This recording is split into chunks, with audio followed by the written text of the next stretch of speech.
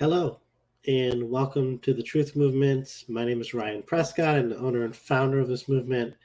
On this subject, we're going to go over the technology of study. This is to help you increase your grades, your understanding, your application of what you study in school and also in life. When you're studying something for your job or even in college or high school or whatever it is, you can actually use this information. Um, this is taken from um, the Technology of Study booklet that is found in the Scientology Handbook. So let me go ahead and read this to you so you can have some kind of mindset as to what we're going over, right? What's your viewpoint on this, right? So consider this for a moment. In all your schooling, did anyone ever teach you how to study something?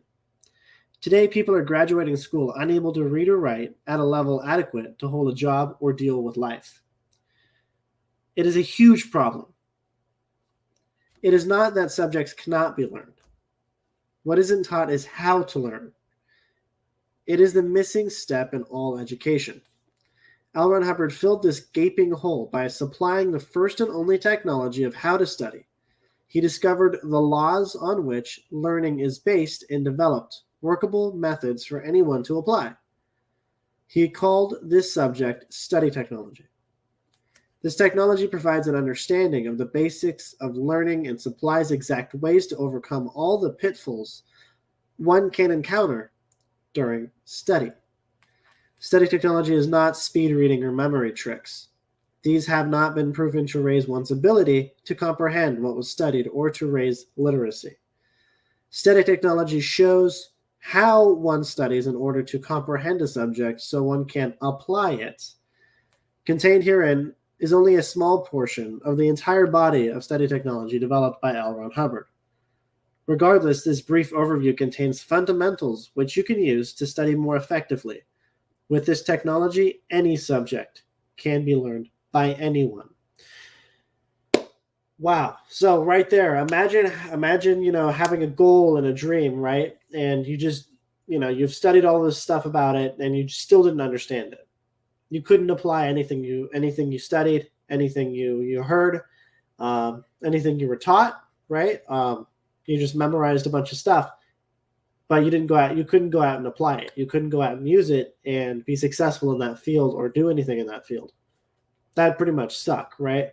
That's what's happening in the the educational system right now, school system, in general. The curriculum's not based on application. It's based on memory. It's based on, getting the great grades, examinations, right? It's, how to memorize and how to remember. And that's about it. So let me just go ahead and read just a couple of lines from this section in the material called Why Study. So with all the emphasis placed on education in our society, it is remarkable to realize that there has never been an actual technology of study or a technology of education. That sounds very far-fetched, but it is true. There was a school technology, but it didn't have too much to do with education. It consisted of the technology of how you go to school, how you get taught, and how you get examined. But there was no actual technology of education or study. Lacking such a technology, people find it difficult to achieve their goals. Knowing how to study is vitally important to anyone. Okay, based on that, that's pretty severe, right? I mean, it's pretty huge to have that viewpoint because, I mean, how do you call it study when you can't apply it? Aren't you studying to learn something? Aren't you studying to find out how you can, become something you want to become or whatever?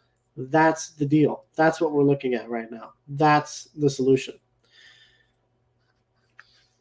So the first little gate that has to be open to embark upon study is the willingness to know.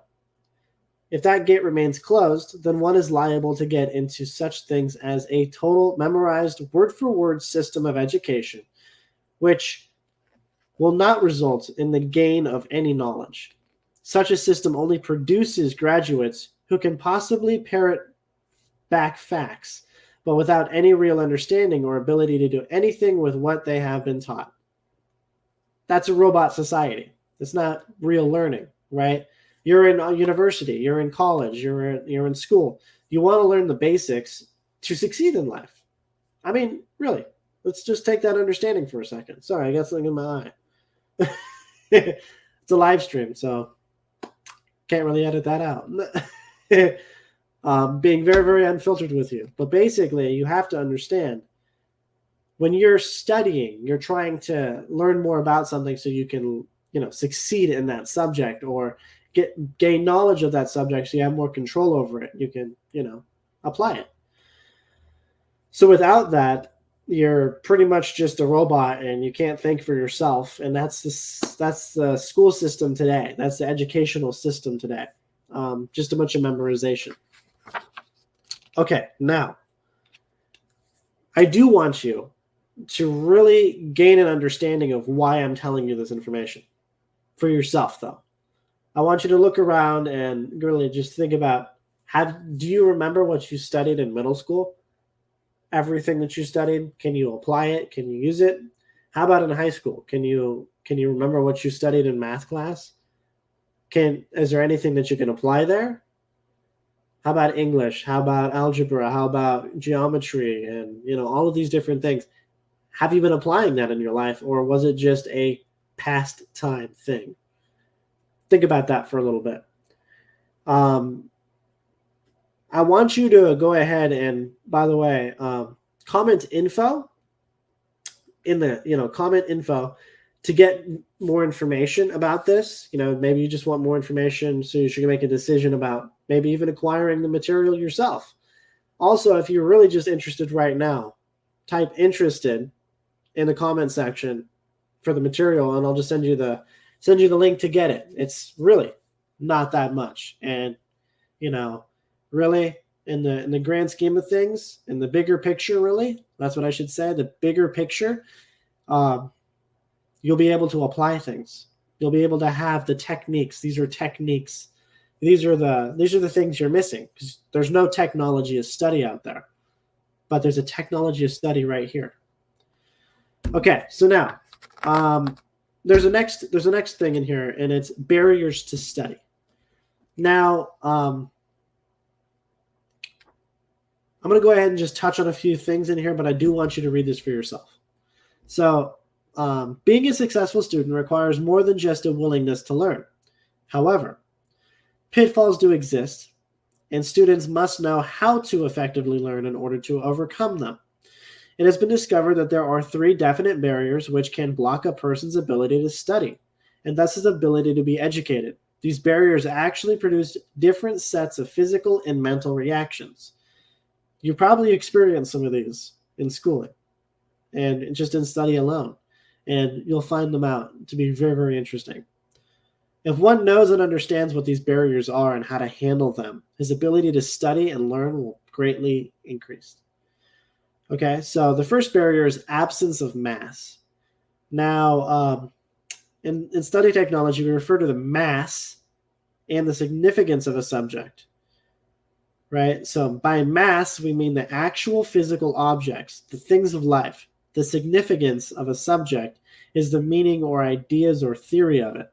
So if we were studying about a pen, we got a pen here, right? So if you're studying about a pen and you don't have this in your hand, chances are, you're going to have some trouble. You're going to run into some trouble. So check this out. Education attempted in the absence of the mass in which the technology will be involved is hard on a student. If you were studying about tractors, the mass would be a tractor. You could study a textbook all about tractors, how to operate the controls, the different types of attachments that can be used. In other words, all the significance. But can you imagine how little you would understand if you never actually seen a tractor? Yeah, that would be pretty hard. So such an absence of mass can actually make a student feel squashed. It can make him feel bent, sort of dizzy, sort of dead, bored, and exasperated.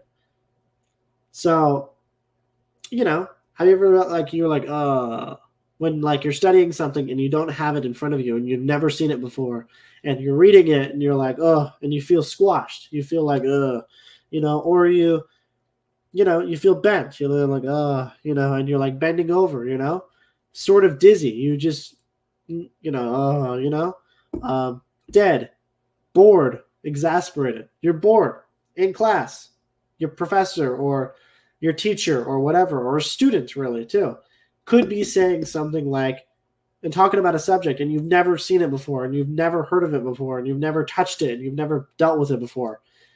You're bored. You don't understand what the person's talking about. You don't understand what's happening, right? So such an absence of mass can actually make a student feel squashed.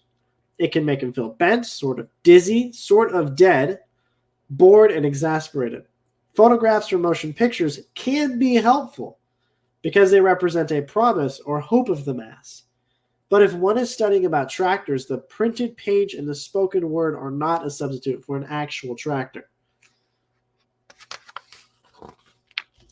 Okay. So that's all I'll say on that, but you should read in the material. It's pretty great. Okay. Yeah. It's incredible. It's what's happening in here is it'll tell you how to remedy the situation, what to find, how to find it, whatever, right? Going through the line, going through all of it's a whole entire technique, and it gets you through that so that you can actually understand that subject, and you're not, what is it? And you're not overwhelmed, you're not squashed, you're not bored of the subject. You actually understand it. Okay? So there's that. Now the second barrier is too steep a gradient. A gradient is a gradual approach to something taken step by step, level by level, each step or level being of itself easily attainable, so that finally complicated and difficult activities can be achieved with relative ease. The term gradient also applies to each of the steps taken in such an approach. When one hits too steep a gradient in studying a subject, a sort of confusion or reelingness, a state of mental swaying or unsteadiness, so like, right, results. This is the second barrier of study. So if you've ever, you're like, everybody's dealt with this, building an IKEA furniture, and you're putting it together. Have you ever felt confused? I bet you have. I have. Okay, it's like a too steep a gradient. We either skipped this step or we didn't understand the step. The picture was, confusing, whatever. Some people have mastered it. They're great. But other people are just like, what is this? And they're very, very confused. And it takes hours. Okay, so the remedy for too steep a gradient is to cut back the gradient. Find out when the person was not confused about what he was studying, and then find out what new action he undertook. Find out what he felt he understood well just before he got all confused. Okay, you will discover that there is something in this area, the part he felt he understood well, which he did not really understand. When this is cleared up, the student will be able to progress again. When a person is found to be terribly confused on the second action he was supposed to know or do, it is safe to assume that he never really understood the first action. Again, I'm going to let you go ahead and read the rest of that and find out, there's a technique to that. And by the way, I am not trying to sell you a whole book. I'm reading off of a huge, thick book. I'm actually just I'm offering you a booklet. It's like $5, right? And the booklet will explain how to apply the information. Super simple. So when you go ahead and you comment info, I'll send you more information. If you comment interested, I'll send you the link to that booklet, and you can get it. Super cool. Okay, cool. And the third most important barrier is the misunderstood word. So the third and most important barrier to study is the misunderstood word. A misunderstood word is a word which is not understood or wrongly understood. An entirely different set of physical reactions can occur when one reads past words he does not understand. Going on past a word that was not understood gives one a distinctly blank feeling or a washed out feeling. Interesting, huh? So, let's see. Why don't we go ahead and go on with more, and then I'll explain a little bit more, okay? So, let's go ahead and okay. So there's a first phenomenon of this, right?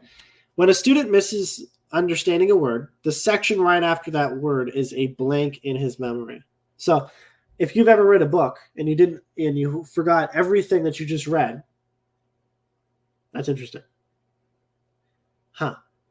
You have to, you can always trace back to the word just before the blank, get it understood, and find miraculously that the former blank area is not now blank in the material you're studying.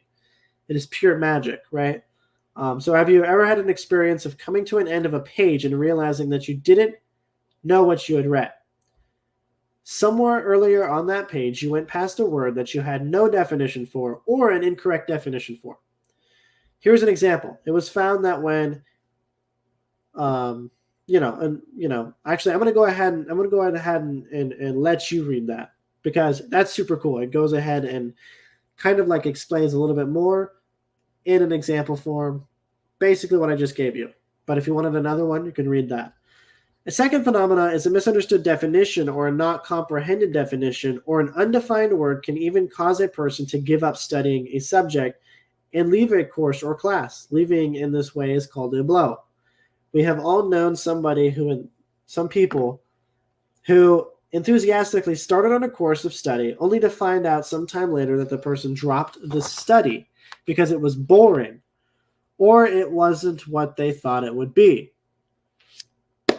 I think I've seen people drop out of school and class and all these other things because of that myself. I don't know if you've seen this. Maybe you were like, you know what? I don't want to study blah. I don't want to study, about, I don't know, philosophy because it's, boring to me, right? Well, that right there, you left because you probably didn't understand something or you thought you understood something, but you didn't. So it's so much more information in this, really so much more. So I do want you to go ahead. It's vital that you get this information because it also helps you try to define a word. Not many people know the exact technique and the exact tools to define a word that you don't understand or that you have the incorrect definition for. And there's various things that, you feel stuck on something, right? And you're like, oh, and you just don't understand it. And you're running up to a brick wall and you're just like, I need somebody's help or whatever. It tells you why you're going through that and so much more. So it also tells you how to really apply this information, like full on, here's a summary of how you can apply it. And you can base it off of your viewpoint and see, what am I missing? And go back and read more and understand it. This is so vital to everything that you're studying in your life. It's so vital. So don't miss out on it. Go ahead and comment. Really, I am just doing this to help you. The Truth Movement is here to help you. My name is Ryan Prescott. It was a pleasure to be on the live stream with you to go over this information. And please comment below or just message me on any platform, and I will totally answer your message and answer your questions and get you the help that you need. Thanks so much.